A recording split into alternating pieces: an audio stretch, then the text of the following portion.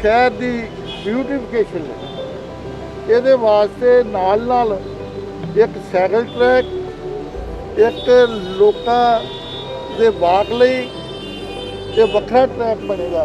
इस प्रोजेक्ट के तहत वॉल सिटी के बाहर जो हमारी आउटर सर्कुलर रोड चलती है जिसकी लंबाई लगभग 7.5 किलोमीटर है, इस पूरी रोड को दोबारा डेवलप करा जाएगा। तो ये शहर असीं जिहड़ा बहुत वधिया बनाउणा है, तो अगे वधिया गुरु घर आ। 47 शहरों का हुआ है जो सर्वेक्षण, अमृतसर जो है 39वें नंबर पे आया है, आखिर क्यों?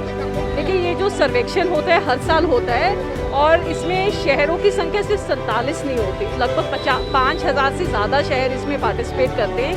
पर इसमें कुछ कैटेगरीज है। अमृतसर जो है वो 10 लाख पॉपुलेशन प्लस वाले शहरों में आता है, 1 मिलियन प्लस शहरों में, जिसमें इस बार के सर्वेक्षण में 47 शहर थे, जिसमें से अमृतसर की रैंकिंग 39वीं आई है। अगर हम पूरी ओवरऑल रैंकिंग देखेंगे तो वो इतनी ख़राब नहीं है।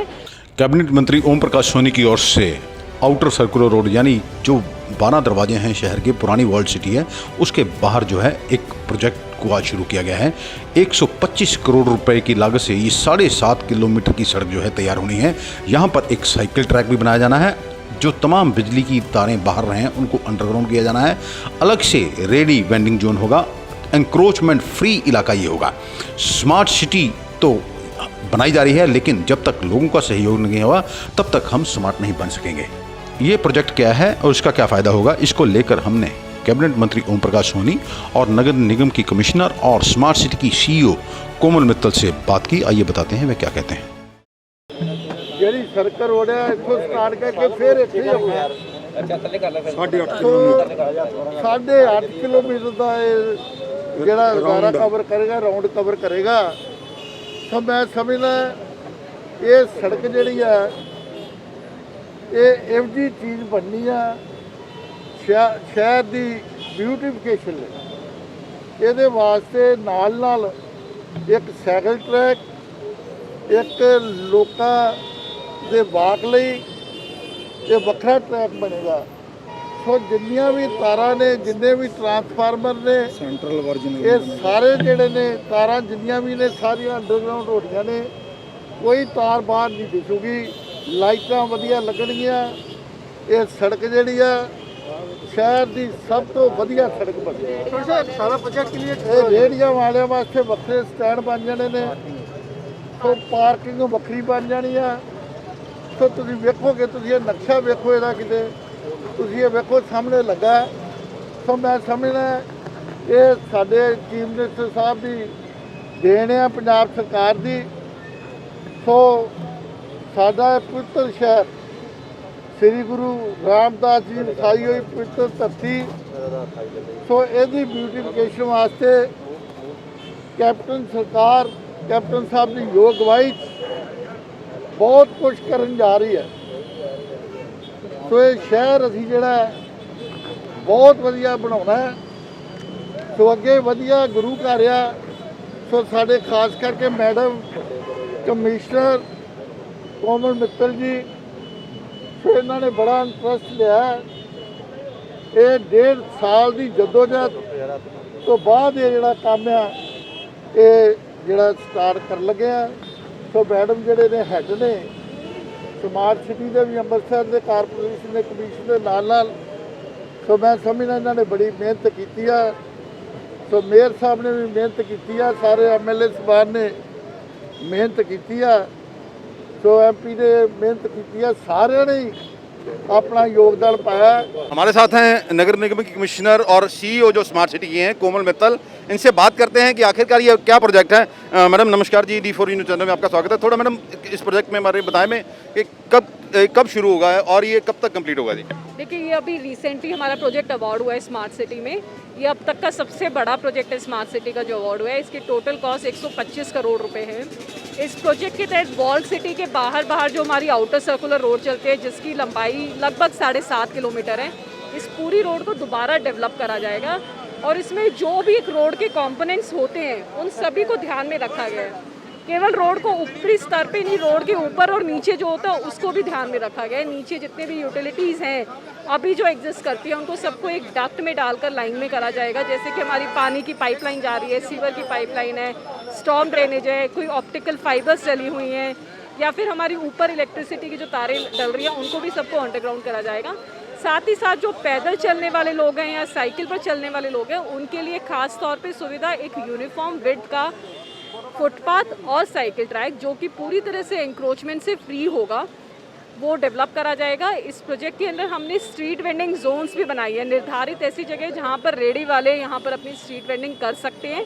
और साथ ही साथ ऑटोज़ वगैरह के लिए हमने ऑटो बाइलेज वगैरह बनाए हैं, वो निर्धारित जगह जहाँ पर ऑटोज़ रुक सकते हैं, अपनी सवारी उतार सकते हैं और चढ़ा सकते हैं, साथ में पार्किंग भी कर सकते हैं। अच्छा मैडम, सबसे बड़ी जो सवाल समस्या सामने आ रही है कि एंक्रोचमेंट का मुद्दा, ये 125 करोड़ लगाया जा रहा है, जो एंक्रोचमेंट लोगों ने इधर इलीगल दुकानें बना रखी हैं उसको लेकर क्या कर रहा है? इसमें एंक्रोचमेंट के लिए एक बहुत ही यूनिक तरह का इसमें डिज़ाइन इसमें प्रपोज करा गया है। इस प्रोजेक्ट के अंडर ही मार्शल्स हम अपॉइंट करेंगे, कॉन्ट्रैक्टर की तरफ से होगा, 5 साल के लिए वो मार्शल्स होंगे। उनका काम, वो सेक्टर्स उनको डिवाइड कर दिए जाएंगे, उनका काम ही है कि पूरा दिन उन्हें एंक्रोचमेंट रिमूव करानी है। जहाँ कहीं उन्हें परेशानी आ रही है वहाँ निगम प्रशासन और पुलिस के साथ तालमेल कराकर वो एंक्रोचमेंट करानी है। जब 24 घंटे की एक टीम तैनात रहेगी तो मुझे पूरा यकीन है कि कोई भी एंक्रोचमेंट करने की हिम्मत नहीं करेगा इसके बाद। मैडम एक सबसे बड़ा सवाल, 47 शहरों का हुआ है जो स्वच्छ सर्वेक्षण, अमृतसर जो है 39वें नंबर पे आया है, आखिर क्यों? देखिए, ये जो सर्वेक्षण होता है हर साल होता है और इसमें शहरों की संख्या सिर्फ 47 नहीं होती, लगभग 5,000 से ज़्यादा शहर इसमें पार्टिसिपेट करते हैं।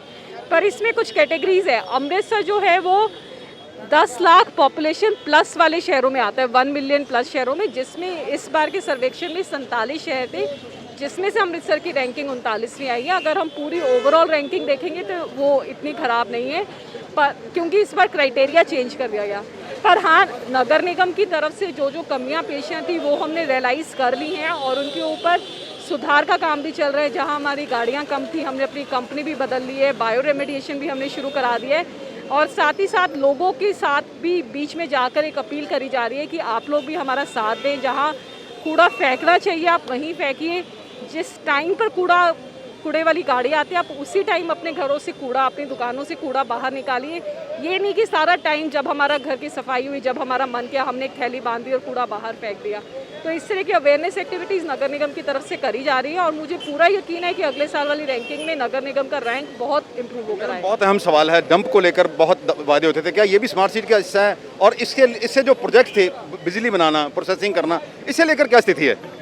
डंप पर 2 प्रोजेक्ट से, पहला प्रोजेक्ट था बायो रेमेडिएशन, जिसमें जो डंप पर लगभग 12 से 13 लाख मीट्रिक टन कूड़ा पुराना पड़ा है, जिसे हम लीगेसी वेस्ट कहते हैं, उसको बायो रेमेडिएट कर उसको वहाँ छान कर उसको खाली कर उसके बाद उस पर वेस्ट टू एनर्जी प्लांट लगाया जाना था। अभी पिछले ही महीने नगर निगम ने वो कंपनी चेंज करी है और जो नई कंपनी आई है उसने बायो रेमेडिएशन का काम शुरू भी कर दिया है। आगे आने वाले कुछ दिनों में इसकी जो स्पीड है वो और ज़्यादा बढ़ जाएगी, कंपनी और ज़्यादा लाइंस वहाँ पर इंट्रोड्यूस कर देंगी। जैसे जैसे बायो रेमेडिएशन का काम होता है, जैसे जैसे जगह वो खाली होती जाएगी, वैसे वैसे वेस्ट टू एनर्जी प्लांट की भी तैयारी करी जा रही है। अगर मैम डंप को शिफ्टिंग की बात करें तो उसे लेकर कोई नगर निगम काम कर रहा है? देखो, डंप को हम शिफ्ट नहीं करना चाहते, हम डंप को ख़त्म करना चाहते हैं पूर्ण तरह से। हम ये नहीं चाहते कि इस डंप को यहाँ से उठाकर कहीं और ले जाए, हम डंप को ख़त्म ही करना चाहते हैं, तो शिफ्टिंग का कोई सवाल नहीं है। 1 करोड़ों रुपया मैडम आता है अवेयरनेस के लिए जो स्वच्छता को लेकर है, उसे क्या हम उसको ठीक तरह से लोगों तक पहुंचा नहीं पाए और कितना पैसा आता है और क्या क्या उस पर किया गया? देखिए, करोड़ों रुपया नहीं आता। जो स्वच्छ भारत मिशन की जो ग्रांट होती है, जो पिछले 2 सालों से अमृतसर में नहीं आई है, उसका कुछ परसेंटेज होता है जो आईईसी के लिए मिलता है। हर साल वो पैसा खर्चा जाता है, जिससे हम सर्वेक्षण होता है, उससे हम बैनर और अवेयरनेस एक्टिविटीज़ कर जाती है। पिछले साल हमने स्कूलों में कॉम्पिटिशन भी कराए थे, पर इस बार अवेयरनेस एक्टिविटीज़ को हम अभी से शुरू कर रहे हैं। स्वच्छ सर्वेक्षण की हम वेट नहीं कर रहे, सर्वेक्षण होने में अभी 4-5 महीने बाकी हैं, पर नगर निगम की तरफ से सर्वेक्षण की तैयारी के लिए अवेयरनेस एक्टिविटीज़ अभी से शुरू हो चुकी है। इसके लिए खास तौर पे IEC company, information education and campaigning company, जिस कंपनी ने पहले इंदौर में भी काम करा था, इंदौर जो पिछले 5 साल से रैंक 1 पर आ रहा है, उस कंपनी को यहाँ हायर करा गया। उनकी team already door to door जाकर सर्वे और लोगों को अवेयर करना शुरू कर चुकी है। अच्छा, लोग कहाँ तक स्मार्ट हुए हैं? अगर हम स्मार्ट सिटी की बात करें, हर कोई कहता है कि स्मार्ट सिटी बना नहीं, इतनी गंदगी है, लोग कहाँ तक आपको कोऑपरेट कर रहे हैं? देखिए, मैं यही कहूँगी, बिना लोगों के कोऑपरेशन के कोई भी शहर स्मार्ट, कोई भी नगरी, कोई भी एक गली तक स्मार्ट नहीं बन सकती। नगर निगम हो, स्मार्ट सिटी हो, कोई भी संस्था हो पैसे लगा देगी, पर उसके बाद उसको मेंटेन करना, उसको संभालना वो लोगों की जिम्मेवारी होती है। तो डेफिनेटली लोगों में इतनी स्मार्टनेस तो आ रही है कि वो अपना डिमांड करने लगे कि हमें ये भी चाहिए, ये भी चाहिए।